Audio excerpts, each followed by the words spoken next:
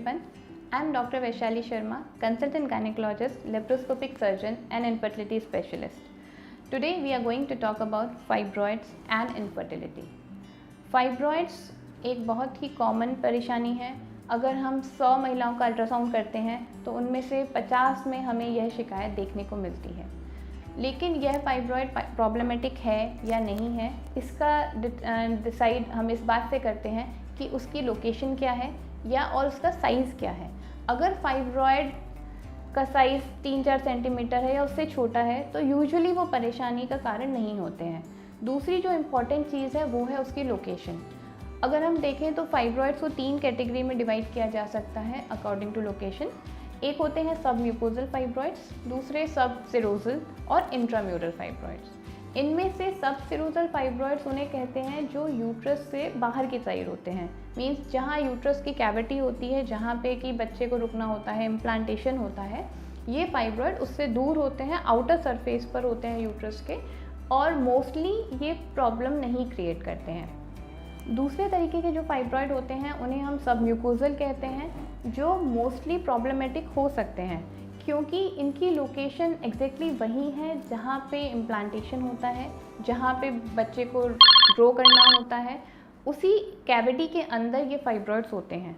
तो इसीलिए अगर आपका फाइब्रॉयड सब म्यूकोजल की कैटेगरी में आता है तो डेफिनेटली आपको अपने गायनी को कंसल्ट करना चाहिए, आपको ट्रीटमेंट लेना चाहिए, क्योंकि इससे और भी कई परेशानियां होती हैं, जैसे कि एक्सेसिव ब्लीडिंग, जिसे हम मिनोरेजिया बोलते हैं.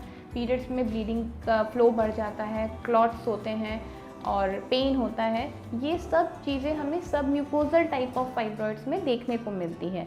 सब सिरोजल यूजुअली ऐसी कोई परेशानी खड़ी नहीं करते. तो अगर आपका अल्ट्रासाउंड हुआ है और उसमें इंसिडेंटली ये डायग्नोसिस आपको दिया गया है कि आपको सब सिरोजल फाइब्रॉयड है, तो ज़्यादा परेशानी की बात नहीं है. इनका ट्रीटमेंट मेजॉरिटी इस बात पे डिसाइड करते हैं हम लोग कि आपको परेशानी क्या है. अगर आपको प्रेगनेंसी में कंसीव करने में दिक्कत आ रही है तो हम ये टेस्ट कर सकते हैं कि जो ये आपका सब सिरोजल फाइब्रॉयड है ये इसकी वजह है या नहीं है.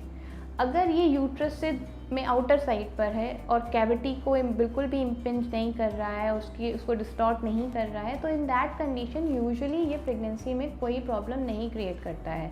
और साथ ही अगर आपकी ट्यूब्स दोनों ओपन हैं, दोनों ट्यूब्स को भी डिस्टॉर्ट नहीं कर रहा है, तो that means you should not worry about this सब सिरोजल फाइब्रॉयड. ऐसी कंडीशन में जो इंट्राम्यूरल फाइब्रॉयड है ये दोनों ही कंडीशन क्रिएट कर सकता है. अगर ये थोड़ा सा कैविटी की तरफ ज़्यादा है तो ये प्रॉब्लम क्रिएट कर सकता है. अगर ये बाहर की तरफ ही है, मेजरली ज़्यादा नहीं डिस्टॉर्ट कर रहा है कैविटी को, then it is equally good. तो आपको हो सकता है इसके ट्रीटमेंट की बिल्कुल भी ज़रूरत नहीं पड़े. दूसरी चीज़ होती है साइज़ ऑफ द फाइब्रॉयड. अगर ये फाइब्रॉयड 2-3 सेंटीमीटर तक के हैं तो मोस्टली आपको दिक्कत नहीं क्रिएट करेंगे और यूट्रस की कैविटी से बाहर की तरफ है.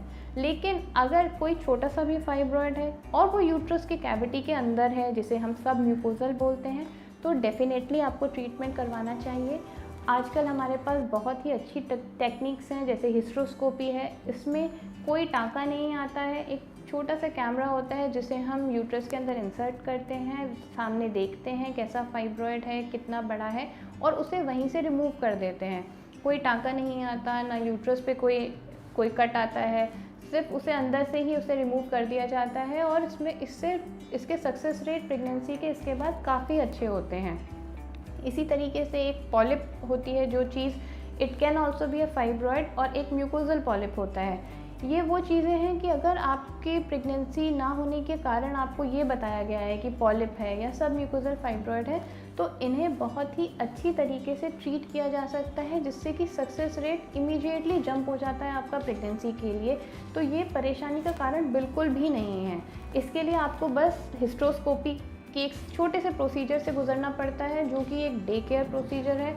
आप सुबह एडमिट होते हो, शाम को आपको डिस्चार्ज कर दिया जाता है. कोई भी मेजर प्रोसीजर नहीं है ये. और मोस्टली इसमें आप immediately from next month you can start trying for the pregnancy.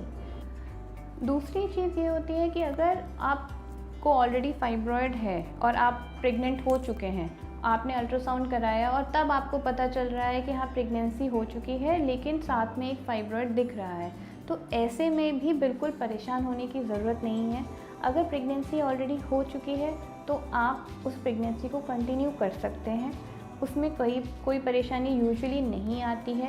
और दूसरा, आप अपने डॉक्टर से कंटिन्यूअस टच में रहें कि हो सकता है उन्हें आपको एक्स्ट्रा मेडिसिन देनी पड़े, हो सकता है कुछ इंजेक्शन देने पड़े, जिससे कि उस प्रेगनेंसी को सपोर्ट करने में हेल्प मिलेगी।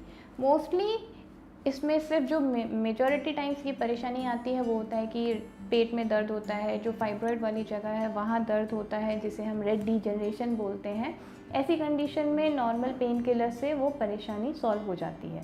तो अगर आपको ये फाइब्रॉइड की शिकायत बताई गई है तो बिल्कुल भी परेशान ना हो, और अगर आप प्रेगनेंसी के लिए ट्राई कर रहे हैं तो अपने फर्टिलिटी एक्सपर्ट से ज़रूर मिलें और ये पता कर सकते हैं कि कौन से टाइप का आपको फाइब्रॉइड है, क्योंकि उसी से डिसाइड होगा कि आपको इमीडिएट ट्रीटमेंट की ज़रूरत है या नहीं है। क्योंकि हो सकता है कि विदाउट एनी ट्रीटमेंट आपको प्रेगनेंसी हो सके, फाइब्रॉइड के लिए किसी भी सर्जरी की ज़रूरत ही ना पड़े। और अगर वो ज़रूरी पड़ता है, सबम्यूकोजल फाइब्रॉइड है, तो ऐसे में अगर सर्जरी की ज़रूरत पड़ती भी है तो सिर्फ हिस्ट्रोस्कोपिक सर्जरी के द्वारा ही आपकी प्रॉब्लम को सॉल्व किया जा सकता है, जिसमें कोई भी टाँका नहीं आता, कोई भी आपको बहुत लंबी प्रोसीजर नहीं होता, और आप आराम से नेक्स्ट मंथ से प्रेगनेंसी के लिए ट्राई कर सकते हैं। तो इसीलिए अननेसेसरी सर्जरी से ज़रूर बचें और मेजर सर्जरी से भी ज़रूर बचें। हमें सबसे पहले यही ट्राई करना है कि फाइब्रॉइड में हमें ये डायग्नोसिस बनाना है कि इसके लिए हमें सर्जरी करानी है, ज़रूरत है या नहीं है। और उसके लिए सबसे इम्पॉर्टेंट है हम उसकी लोकेशन और उसका साइज़ को मैप कर सकें। इसे अल्ट्रासाउंड से बहुत ही अच्छे तरीके से किया जा सकता है। आजकल जो हमारे पास मशीन है उनमें हम 3D अल्ट्रासाउंड करते हैं, जिससे कि फाइब्रॉइड मैपिंग हो सकती है और हमें एग्जैक्ट लोकेशन और साइज़ फाइब्रॉइड्स का पता चल जाता है, जिससे हमें ये हेल्प मिलती है कि हम अननेसेसरीली पेशेंट्स को, हर किसी को सर्जरी के लिए एडवाइस नहीं करते, और उनके लिए जो मोस्ट अप्रोप्रिएट ट्रीटमेंट ऑप्शन है हम उन्हें वही एडवाइस करते हैं। आपको कोई भी परेशानी हो, कोई भी आपकी क्वेरी हो, आप हमें पूछ सकते हैं, हमसे ऑनलाइन कंसल्ट कर सकते हैं।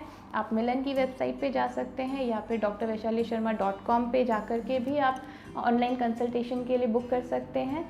We are always there for you. Thank you.